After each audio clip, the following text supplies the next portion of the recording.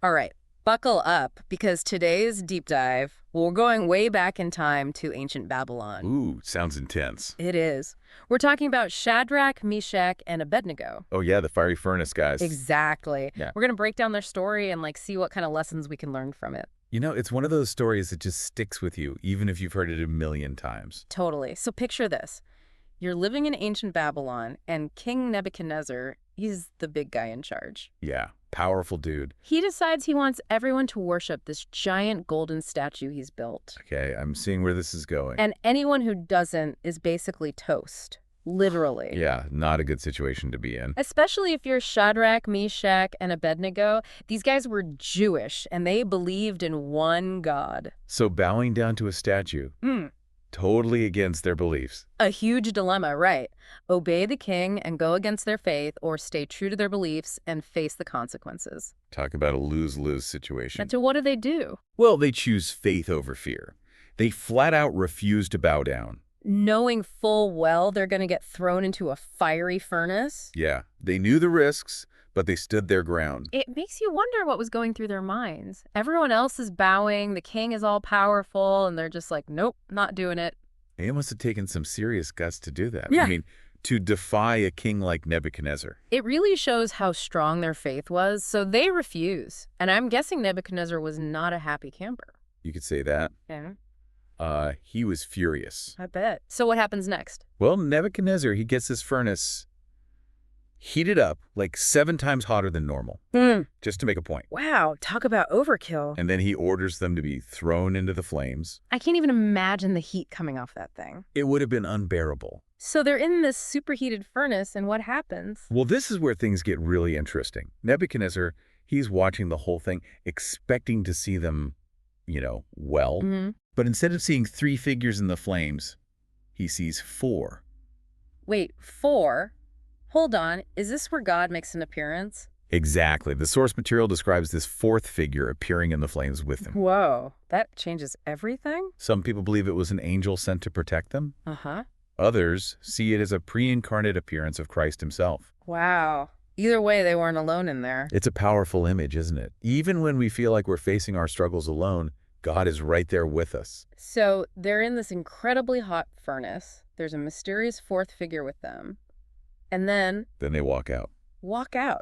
Just walk out. Completely unharmed, no burns, not even a singed hair on their heads. Seriously. The king is stunned. Everyone watching is stunned. I mean, imagine witnessing that. It would be mind-blowing. Talk about divine intervention. Okay, so I'm dying to know, what does Nebuchadnezzar do after that? And what about Shadrach, Meshach, and Abednego? How do they react to all of this? We'll have to dive into that after a quick break. I can't wait. So they just walk out of this crazy hot furnace, totally fine. I mean, can you imagine Nebuchadnezzar's face? Oh, I bet he was speechless for a second there.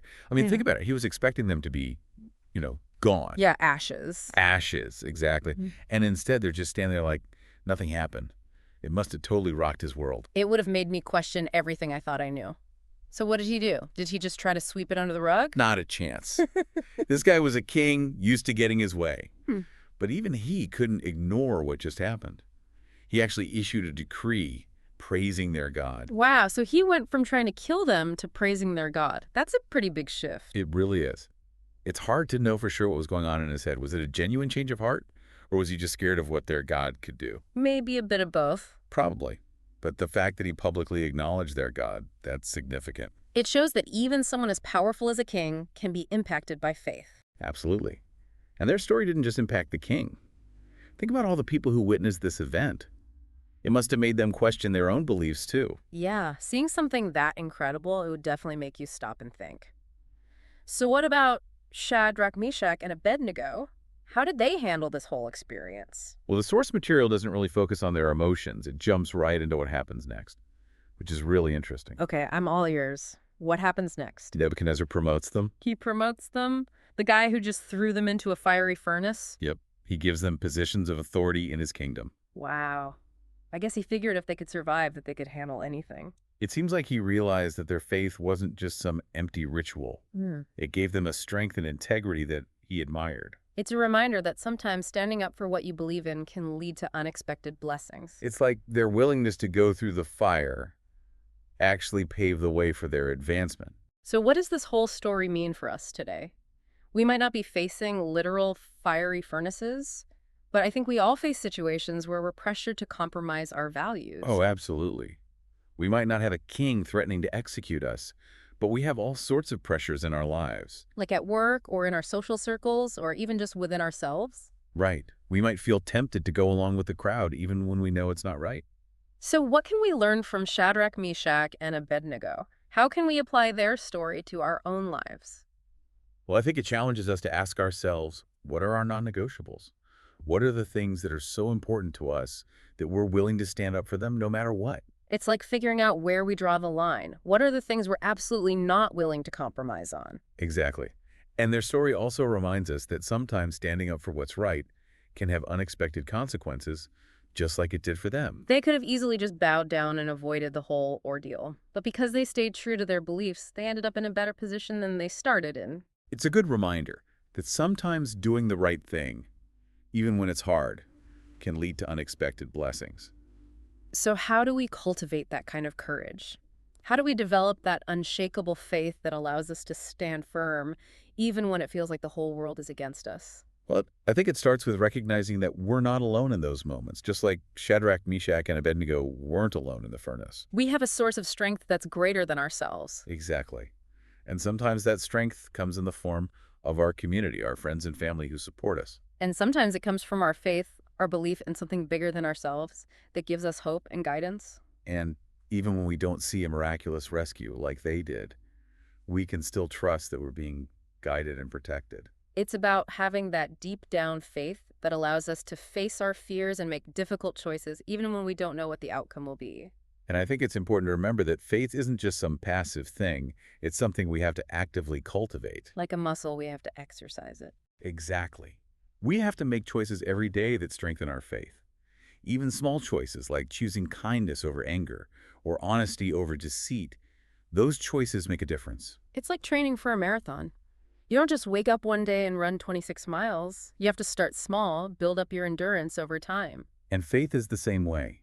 Each small act of trust, each time we choose to believe, even when it's hard, it strengthens our faith muscle and prepares us for the bigger challenges that might come our way. So it's not just about those big, dramatic moments of faith like the one in this story. It's also about those everyday choices where we choose to trust and believe even when it's hard. Absolutely. And sometimes those smaller moments are even more important because they're the foundation upon which our faith is built. It's like laying one brick at a time until you have a strong and sturdy wall. I like that analogy. It's a good reminder that faith isn't built overnight.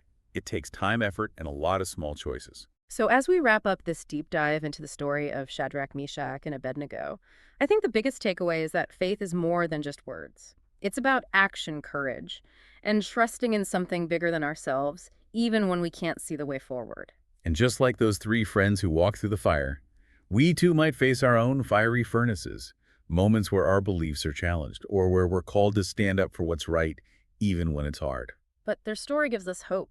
It reminds us that we're not alone in those moments and that there's a power greater than ourselves that can help us emerge from those trials stronger and more resilient than before. So as you go about your week, think about the fiery furnaces you might be facing. What are the challenges that are testing your faith? Where are you being called to stand firm in your convictions? And remember the example of Shadrach, Meshach, and Abednego. Their story reminds us that even in the face of impossible odds, courage and faith can prevail. Keep diving deep, and we'll see you next time on The Deep Dive.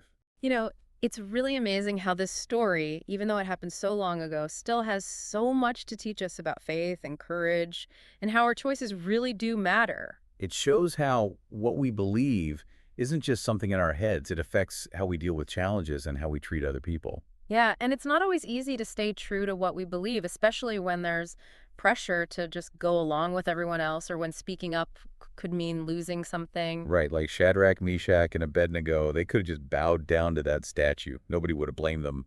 They would have saved themselves a lot of trouble. Yeah, it would have been the easy way out. But they decided to stand up for what they believed in, even though it meant risking their lives. It takes guts. Makes you think about what we'd be willing to stand up for. What's so important to us that we'd be willing to face the consequences. What are those things that we just won't compromise on no matter what? Exactly. And their story also shows us that sometimes doing the right thing, even when it's tough, can lead to unexpected results. Yeah, like they went from almost being executed to getting promoted. It's a pretty powerful example of how being honest and brave can open doors we never even imagined. It's like their willingness to go through the fire actually helped them move forward. It showed the king that they were men of principle, people he could trust, even if they had different beliefs than him. It's a good reminder that living out our faith isn't just about avoiding bad stuff. Yeah. It's also about making a positive impact on the world around us. And their story shows that we don't have to have all the answers to make a difference. They didn't know how things would turn out when they refused to bow. They just trusted that God would be with them no matter what. That's such an important lesson for us. We might not always see the big picture or know what the future holds, but we can choose to have faith that God's working even when things feel uncertain and difficult. It's about taking that leap of faith even when it's scary and believing that good things can happen. And sometimes those good things might not be what we expect. It might not be a promotion or some big victory. It might be a feeling of peace, a closer relationship with God, or even just knowing that we've inspired someone else to stand up for what they believe in. So as we wrap up our deep dive into the story of Shadrach, Meshach, and Abednego, I think the key takeaway is this: faith is more than just words.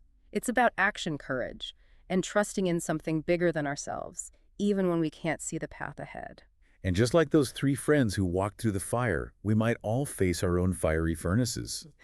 Times when what we believe is tested, or when we're called to stand up for what's right, even when it's hard. But their story gives us hope. It reminds us that we're not alone during those tough times. There's a power greater than us that supports us, guides us, and helps us come out of those challenges stronger and more resilient. So as you go about your week, I want you to think about the fiery furnaces you might be facing. What challenges are testing your faith? Where are you being called to stand strong in your convictions? Remember Shadrach, Meshach, and Abednego? Their story reminds us that even when things seem impossible, courage and faith can win the day. Keep diving deep, everyone, and we'll see you next time on The Deep Dive.